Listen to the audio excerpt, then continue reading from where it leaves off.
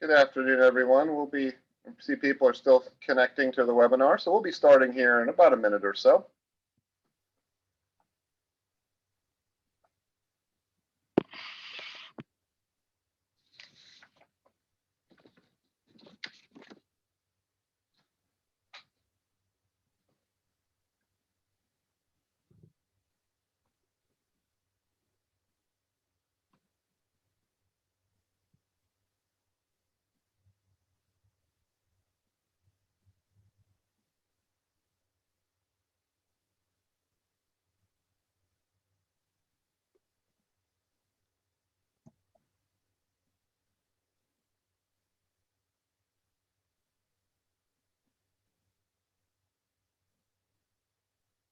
And there's still people connecting, so we'll give them another minute.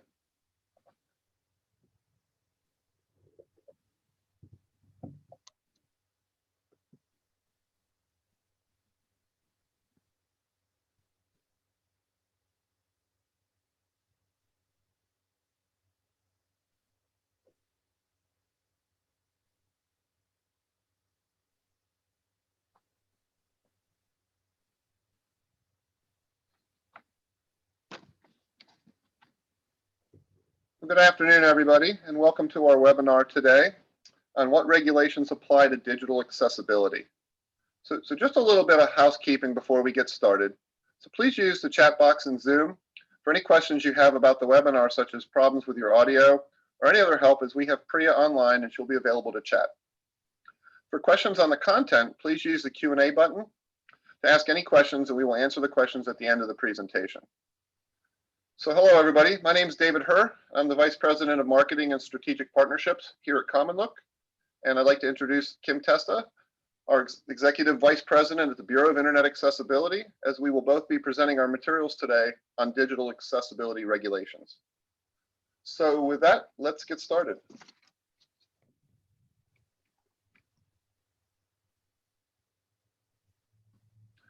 So we're going to first talk about, who sets the digital accessibility standards, because before you can have, the regulations and the legal if you didn't have accessibility standards, governments would be really required to make up their own.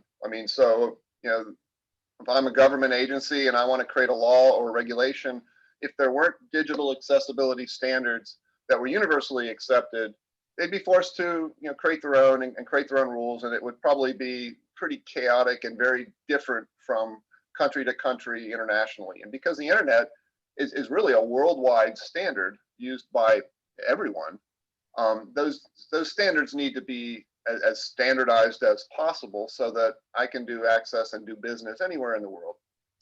So some of the organizations that have been generating these standards are the W3C and the ISO. So we're first going to drop down into that, talk about those two organizations and some of the standards they've done around digital accessibility. And then we'll talk about the regulations country by country and territory or state by state, because there's some variances on those as well. So let's jump into it.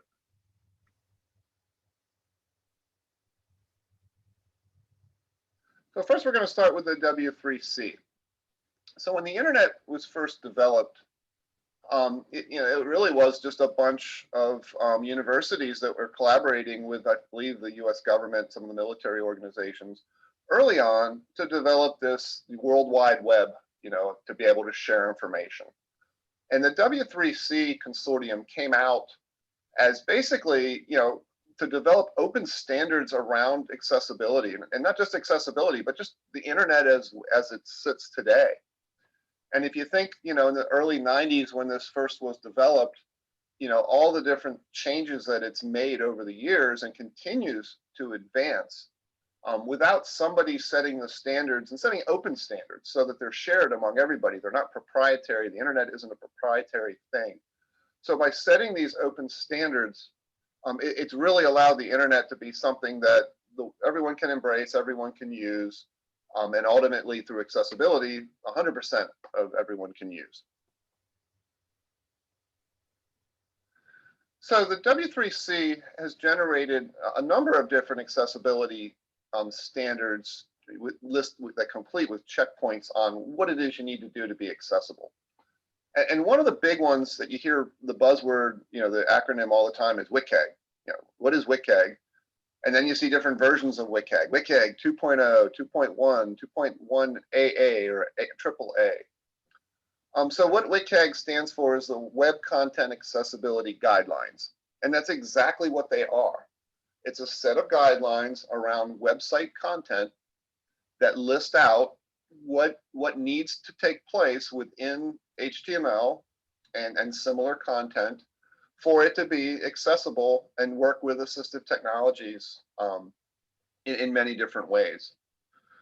So, these are the people that are setting the standards for a website that say you need alt text descriptions behind images, that you need heading levels so a document or a website can be navigated, that videos need to be captioned.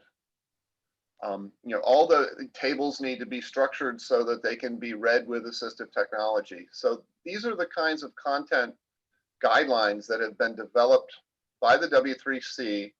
And then there's the various levels as this improves. So this is a constant evolving standard. When it first came out, they developed WCAG 1.0. And there were laws and regulations that were based on that old standard. Well, since that occurred, web content has completely evolved and completely changed. So the W3C to be keep up with technology has continued to expand the WCAG accessibility guidelines to address new technology and just new ways that the internet is used. The current standard right now is WCAG 2.1. And 2.1 has added some cognitive disability support written into the checkpoints.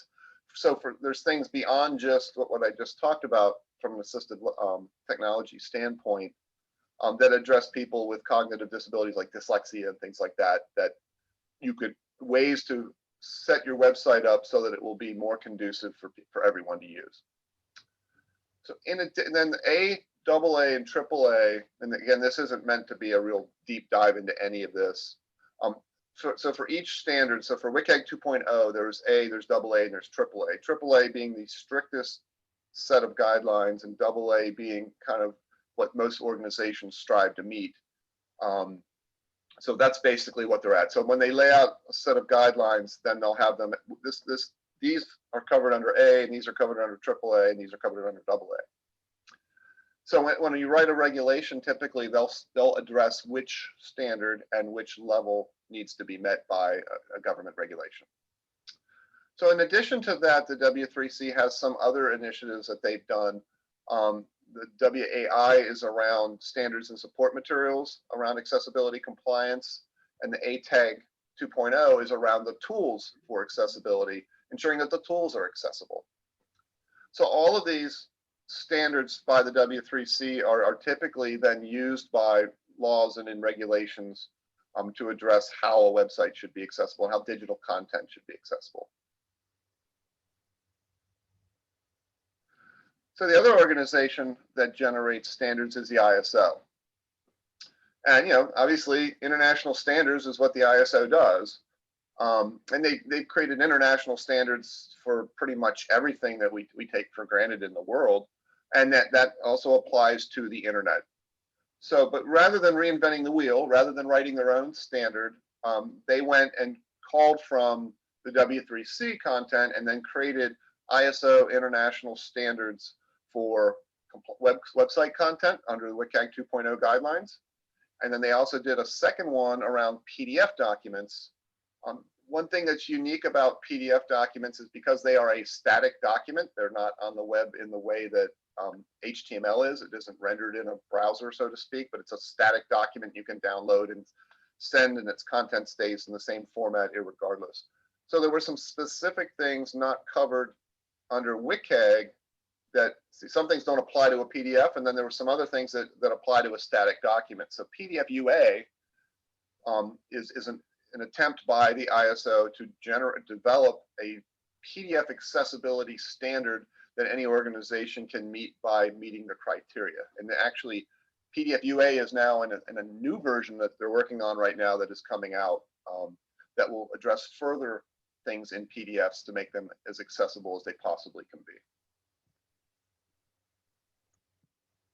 So with that, you have these standards that are out. You have the W3C standards, you've got the ISO standards.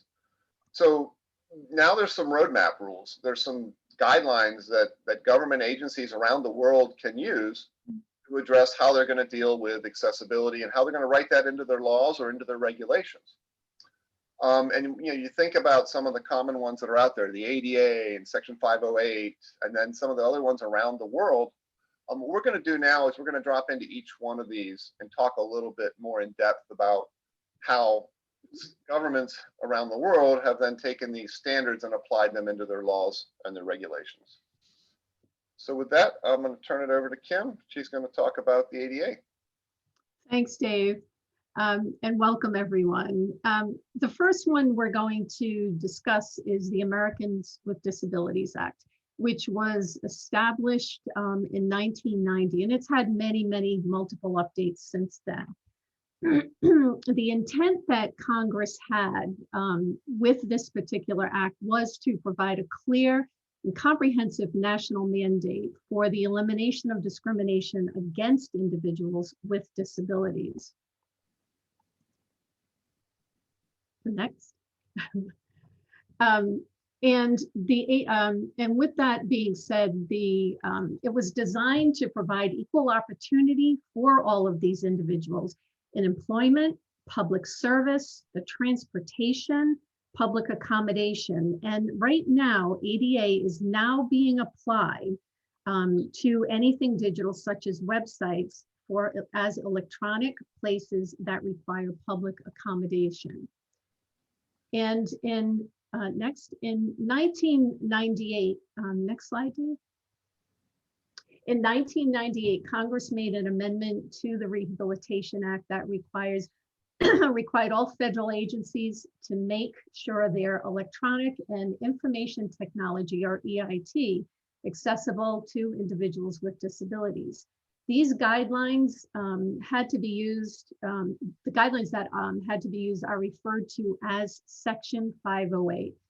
They were established in 1998. As technology advances, though, the guidelines that came out in 98 stayed the same. So they became outdated. In January of 2017, the Access Board's final rulemaking finally came to fruition. And a couple of the major changes that were made to Section 508, and one of them being is incorporating the Web Content Accessibility Guidelines, or WCAG 2.0. And by reference, applying level A and level AA success criteria and conformance requirements to websites, as well as to non-web electronic documents and software. So as David mentioned earlier, what the Access Board did is they harmonized Section 508 with WCAG 2.0, level A, AA. Now, since that all happened as well, WCAG has been updated to version 2.1, and that took place in July of 2018. WCAG 2.1, level A, AA, these are pretty much what all digital media should abide by. And the affects federal government organizations, so it does impact federal government organizations, programs. It also impacts anyone that's working with the federal government or supplying anything digital or software or applications. That all falls under Section 508. So the minimum requirement for the federal government for their web content is to meet WCAG 2.0 AA.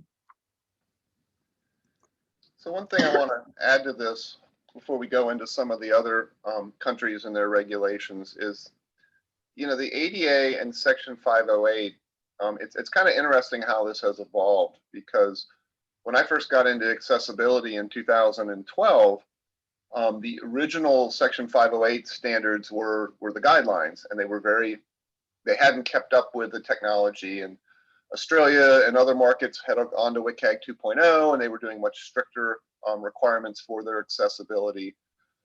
And accessibility in 2012, wasn't on a lot of organizations' radar. We had to do a lot of education with organizations around accessibility and explain the why of accessibility. And the way the laws were interpreted in 2012, there was a lot of emphasis on Section 508 is the only driver for why I need to make content accessible. It wasn't a lot of the other reasons that we're going to talk about a little bit later. But back then it was, well, we don't take federal funds, so we're not driven by Section 508, or we're not a government agency, or there were various reasons why it didn't apply to them, was kind of the mindset. And what's changed in the last few years is really how the ADA has affected the guidelines much more than Section 508. And the ADA was written originally around discrimination against people with disabilities and opening the door in transportation and education and communication and places of business. So we think of with the ADA as being, wheelchair ramps and things like elevators with braille on the doors so that somebody blind can operate the elevator, things like that. But what happened and what really shifted, at least in the US, was at a certain point, the courts were starting to decide that with the shift from physical to digital commerce, that the places of public accommodation that not to pick on Walmart, but you look at a large retailer like a Walmart, and Walmart obviously has their physical stores, and their physical stores all have ADA compliant, construction, ramps, all those things that you would normally have in any business to deal with people on a physical level. But with the switch now, and with COVID really making this even more apparent, that we're now moving to a digital world, and e-commerce is becoming much more incredibly important, that if I can't do business with your website because I can't access it, I can't fill out the forms, I can't place an order, I can't look up the medical information for my prescription drug prescription that I just picked up, all of those things. So now the ADA is now being applied to websites, and they're saying that's your now place of accommodation. If that's where you're doing business, that has to be accessible. And while it's not written into the ADA, into the law in that regard, the courts are interpreting the ADA as requiring this. And so the lawsuits that have been rising in the US around accessibility have more frequently been calling on the ADA to drive this. So it's interesting how it's kind of come full circle. And when Section 508 in 2017 finally got updated, it was less important in many regards because all government agencies were responsible for also being in compliance with the ADA. So it kind of changed it a little bit, but interesting where it has gone. So let's move on. So states. So, well, the federal government had their Section 508 and they had the ADA. The states have lagged in a lot of regards. All the states seem to realize when you talk to their state governments that they need to be accessible, and they're working to be accessible, but there's not a lot of state laws that force accessibility or require accessibility. So a couple of years ago, the governor of California put out a regulation called AB 434. And this was very effective in a lot of ways. It's the first state that we've seen that really took accessibility as serious as California did. All agencies in California are required to basically make their website in compliance with WCAG 2.0 or a subsequent version. So as 2.1 came out, they were required to update to 2.1. But their CIO is required to post their accessibility certification on their website. And then every year it's updated. So if their website isn't accessible and they've posted that it is, that's going to leave them in a world of hurt in a number of different ways. So what we saw was that state government in California over the last year took a very active role in making their websites accessible.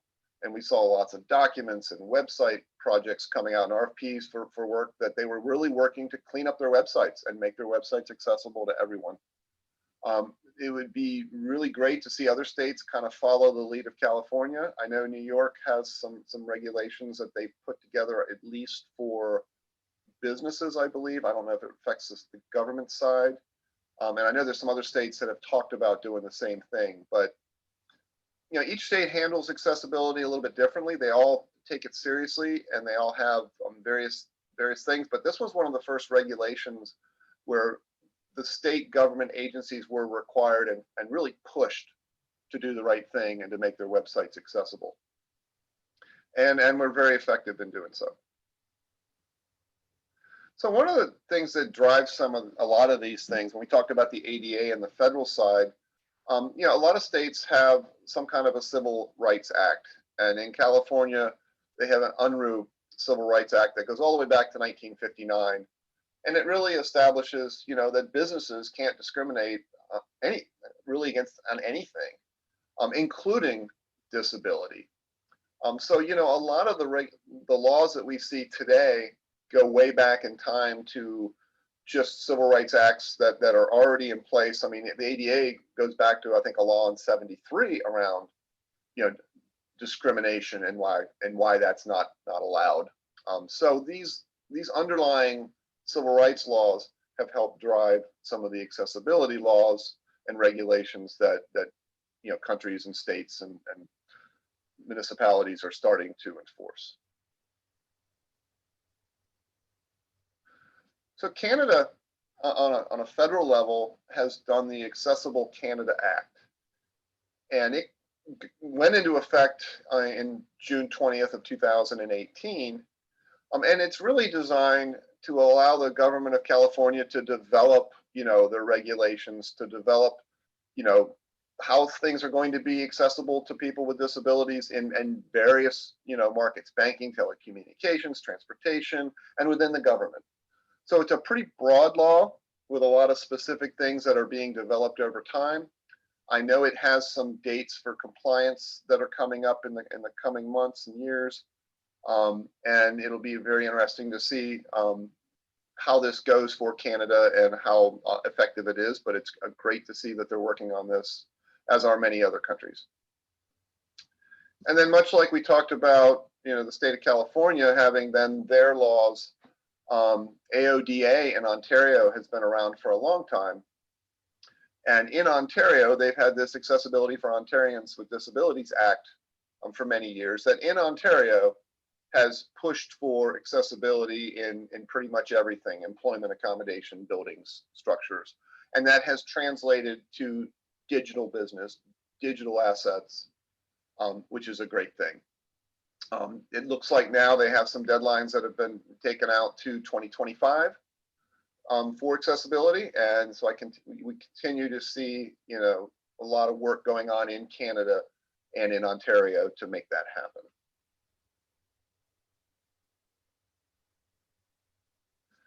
So across the pond in Europe, there's been a lot of countries individually that have various degrees of accessibility regulations. But, in the EU at large, up until recently, there hadn't been like an EU directive around accessibility until the EU Accessibility Directive that came out, I believe, last year. And this again sets standards and it sets dates for compliance. I believe the first standard for compliance is next year, I think around the September timeframe. I don't have that specific right now. But basically it's covering websites, it's covering public sector organizations, and it's driving the accessibility standards for their websites. So it's really kind of pushing our European counterparts to work on their business, their government websites as well, and ensure that they're accessible to everyone. So we've seen a lot of interest coming out of Europe in the last few months and years here around addressing this, which is another great thing to see. And actually it's December 21. I thought it was September, but it's just in December is when they're going to have to publish reports, very similar to how some of these other organizations and government agencies have done this. So you'll publish a report, and those will be public reports on the accessibility of your public sector websites, which is a great thing. So in Australia, they've had laws that go all the way back to 1992 around disability discrimination. And again, in 92, digital commerce and digital accessibility was less of a thing, but they've continued to evolve and add to and expand the Disability Discrimination Act. It now does apply to websites. It does apply to website content. There's a lot of information that they have on their government websites around, web and documents, and they want documents in 2 formats. They have a lot of information around mobile apps and the requirements for accessibility around mobile apps. And so this continues to drive accessibility in Australia.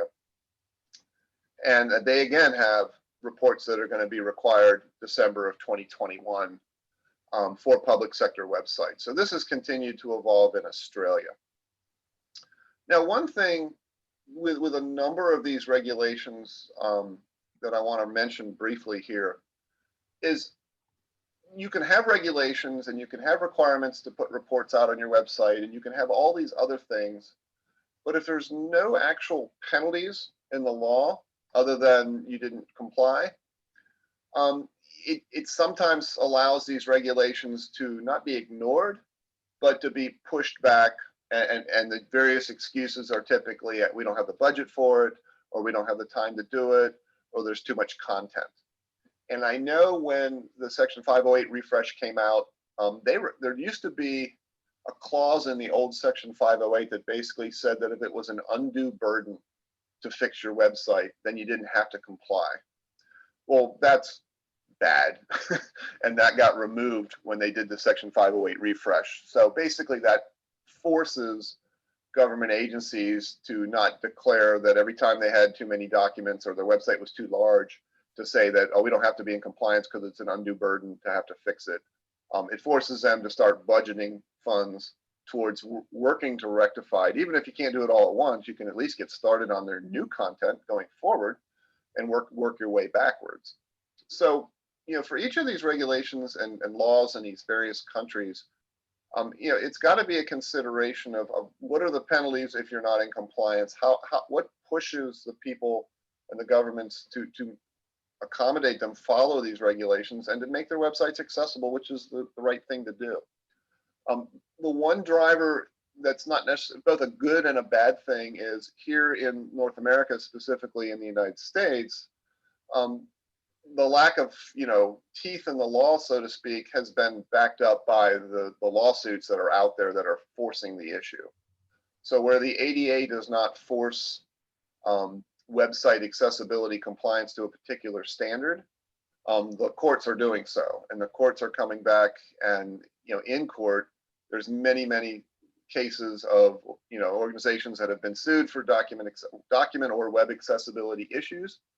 And the courts have come back and said, your website needs to be in compliance with WCAG 2.0 AA, and here's a date that you have to have it done by. So that's kind of forced the issue because there hasn't been, something in the laws necessarily to force it. And I know in some countries, they're not as litigious as it can be in the United States.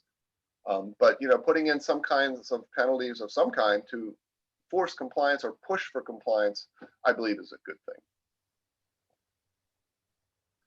So lastly, not to be left out, the United Nations, of course, had their Convention on the Rights of People with Disabilities.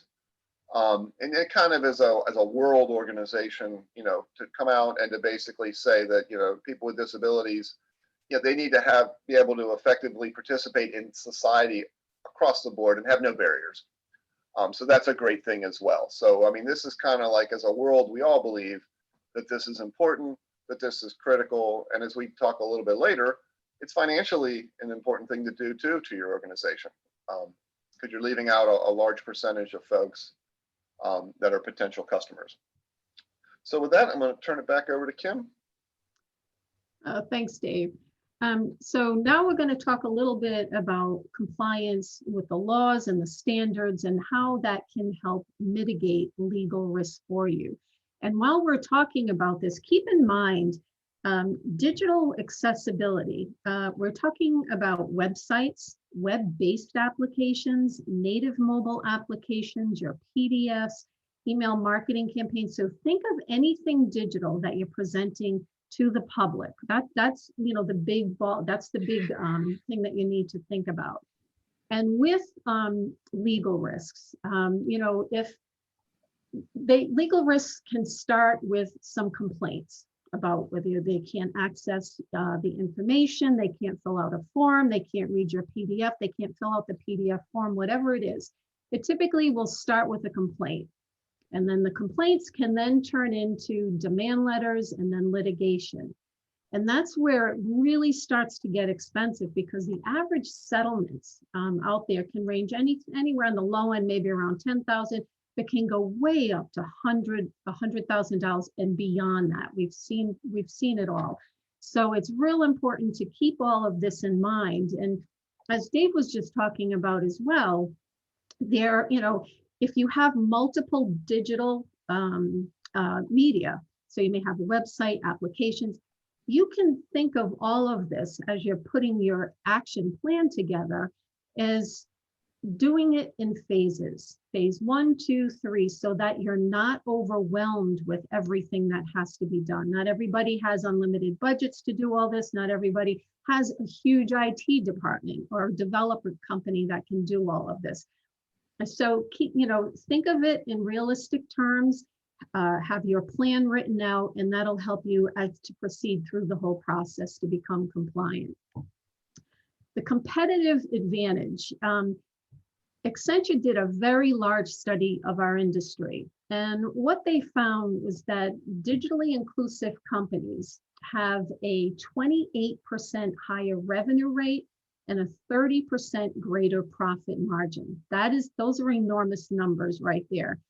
And then when you combine that with the community that uses assistive technology and their discretionary spending power and their ability to access information, that is an enormous group of individuals. Number one, that are being discriminated against, but number two, it's a whole new marketing community for you to be able to talk to and address and help.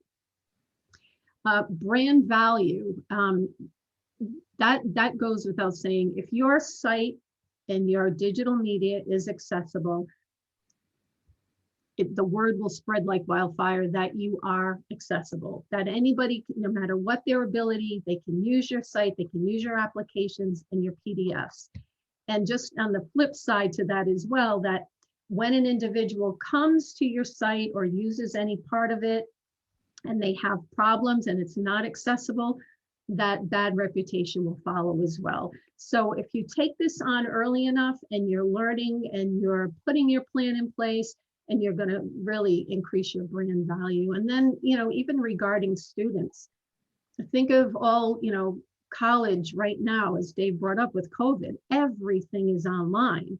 And because of that, you know, students are taking classes online, tests, everything is there. So if they're LMS systems, you know, you may not have built them, but you need to make sure that whatever system you're using is compliant, has been tested, but also how are they being monitored so that you can have that guarantee that whatever that LMS system is, for example, you're having it, you get it monitored all the time, and you have that confidence that it is accessible. And that ongoing monitoring also comes into play for anything digital, whether it's your website, web-based application, native application. You really need to make sure that it's all being monitored, because the technologies are changing and improving constantly. So you need to make sure that whatever your digital media is up to speed with all of that. And pretty much the bottom line is it's the right thing to do. Exactly. So one thing I wanted to leave you with before we go to QA here is just around accessibility and adding accessibility to your digital content. And, you know, and many people will look at accessibility and say, okay, that's an additional step. We got to spend extra money. We got to change our website now to accommodate people. And, you know, that, what do I get for that investment? And something to keep in mind is this, that content that's made accessible many times ends up being content that's used by many other people, not just people with disabilities. A lot of stuff technology that started out as being for people with disabilities, accessibility solutions, have now become mainstream. So think about captioning. Captioning is not just for people that are deaf. Many people will use a video that's captioned, because they can watch it in an area where they can't listen to it, and they like having the captioning. So it's used by many more people than just who it was originally intended to. Think of a Siri and Alexa, these digital assistants where I can go and, ask for turn my lights on or go do this. That helps people in a wheelchair. It helps people with other situations where that would really be useful to them. But everyone can use it, and we all do. The voice-enabled TVs and remotes, and having sufficient contrast on your website so that it can be read. I mean, I don't know. There's many times I go to a website and it's very difficult to read the text. And it's a struggle. And you'll go to another website, maybe a competitor's website that has a better website that you can easily read. So taking care of the things to make your website more accessible and user friendly and all of those things has benefits well beyond just helping people that are directly enabled by providing that technology. So it's the right thing to do, and it's also going to help your business. It's going to help your organization.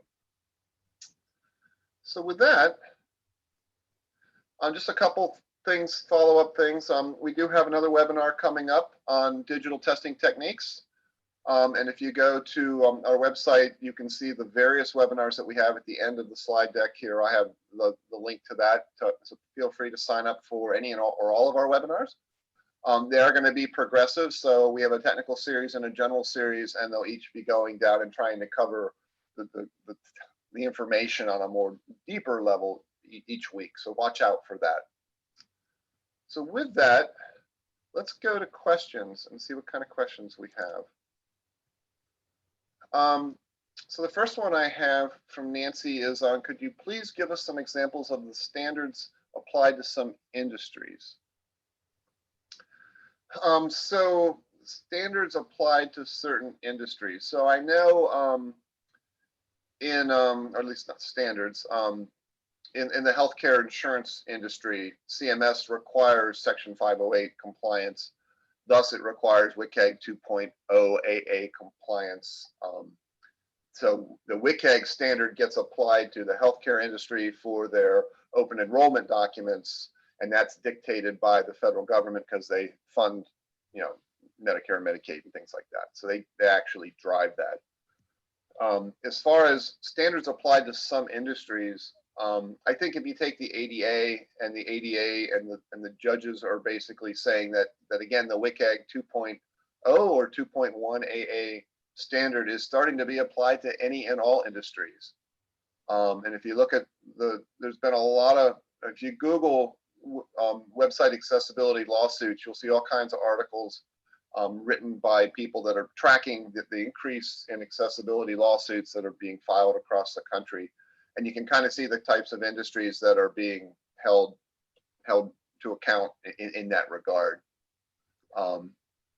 The next question that I see is, Dave, if I could just add to that too, anyone that is looking to, learn a little bit more, if you go to the DOJ's website, justice.gov, and in the search bar, put in WCAG, and it will pull up all of the, not all of them, but some of the litigation settlement cases that the DOJ has been involved with.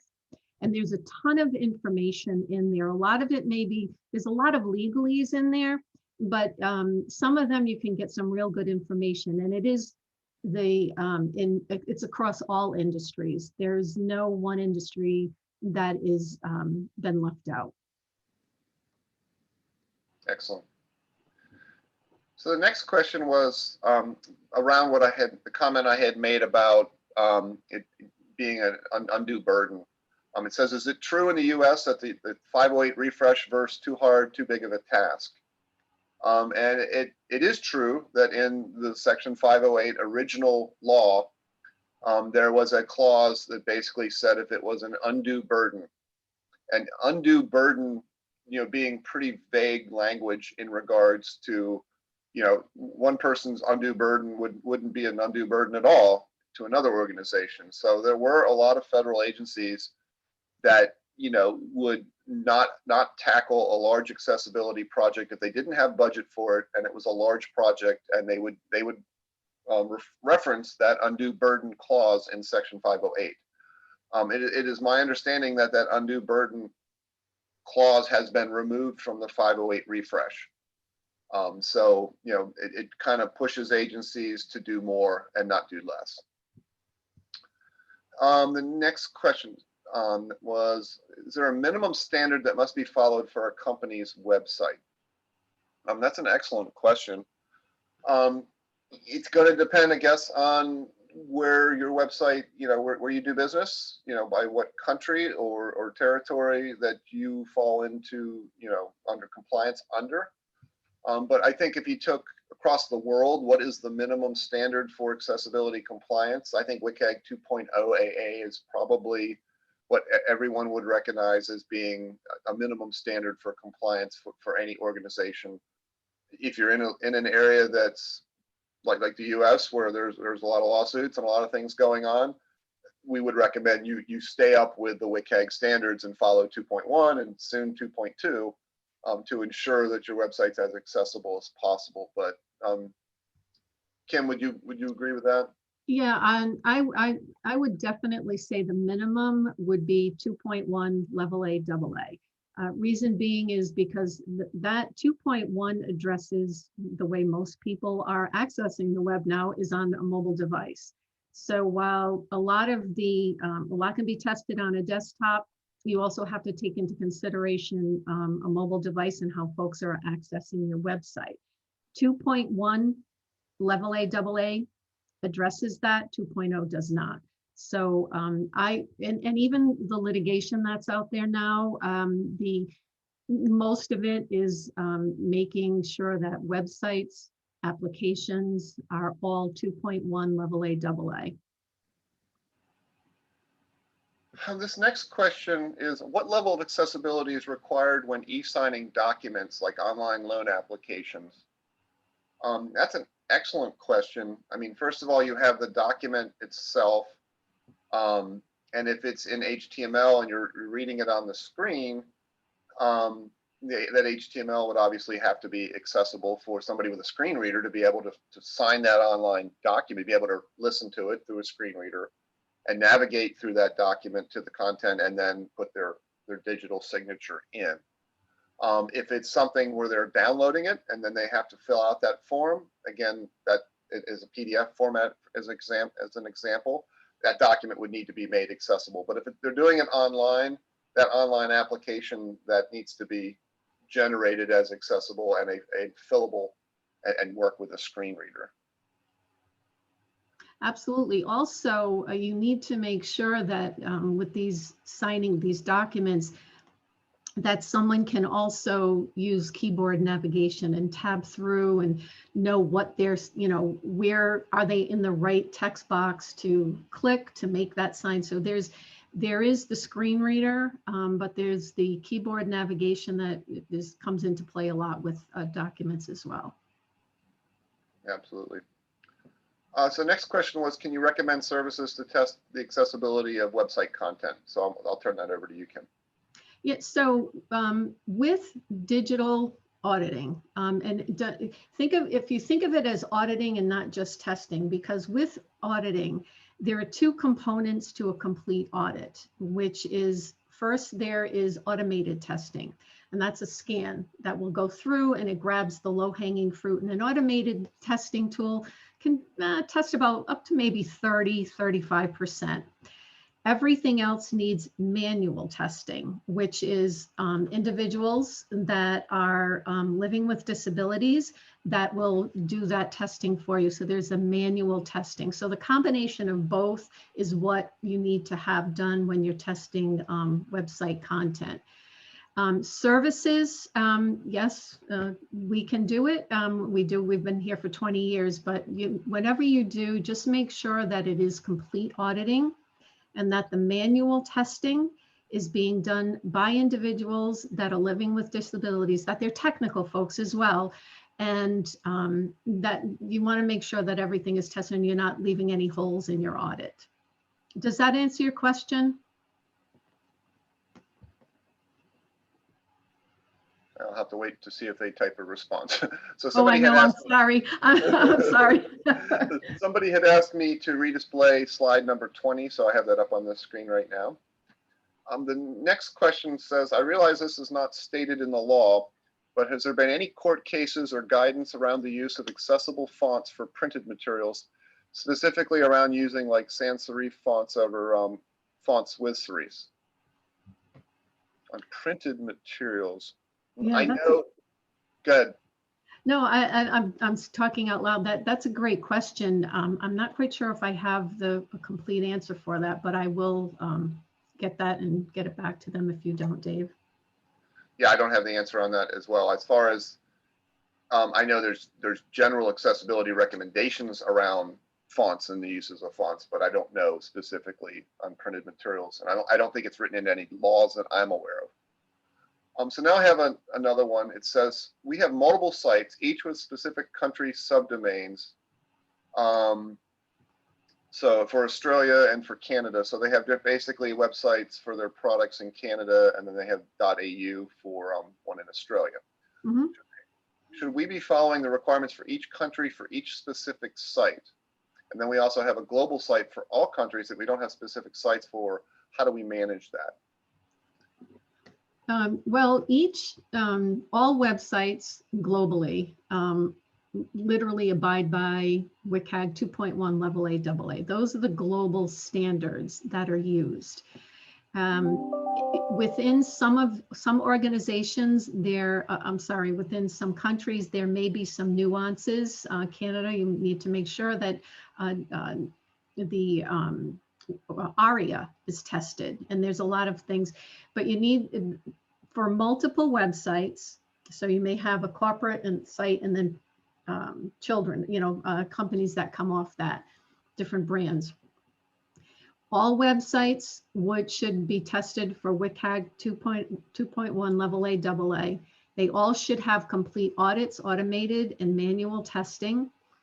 In regards to putting a plan together, you really have an action plan, which is which websites are you going to start with? Another thing to consider is, are these websites on the same code base? Do they all need to be individually tested? Are there applications within those websites that you may have control over the code or you may not? Because if you don't have control, we would consider those third-party applications. You may want to contact those vendors. So there are particular things that you can do when there are multiple sites in different countries, but the bottom line, the guidelines, WCAG 2.1 level A AA. So this next question is a good one. In terms of making a business case for the value of get going on this, do you have any recommendations for finding case examples of companies that have already taken this on and the financial benefits those companies have seen? Generally, what are good places to get specifics on the dollar value of doing accessibility, to put it really crudely, but just to get the skeptics on board? That's a great question. It is a great question. Yeah, in regards to business and the value, think of there are, I think, approximately 50 million individuals that use assistive technology. Think of your website now is compliant. That is a whole new audience out there. The dollar value you can't even put on that, because whatever it is that you're either selling or the information that you're providing online, you have a whole new audience and it is enormous. And when folks think about someone coming to your website using a screen reader or keyboard navigation, you may think of someone that is blind, low vision, hearing impairments, mobility impairments, but another audience to think of that falls within that whole community is age-related impairments, which is enormous. We've all grown up with the web, we use it for everything. So the audience alone has an enormous value right there.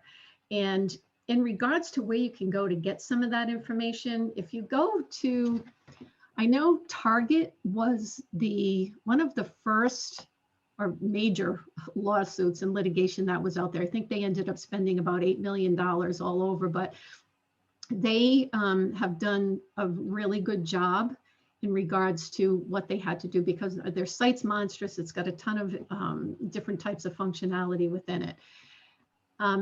Also, if you went to, as I had mentioned, justice.gov, and you look at some of the settlement cases out there and go to those websites, you may find the information you're looking for. The next question, or it's actually a comment, and it's a good one. Apparently the undue burden is still in the refresh. It's under an exception area. So apparently they did keep that undue burden still in the law. Can't say that I'm proud about that, but apparently that's still in there. Next question. Do you have any recommended templates for developing a website overhaul plan?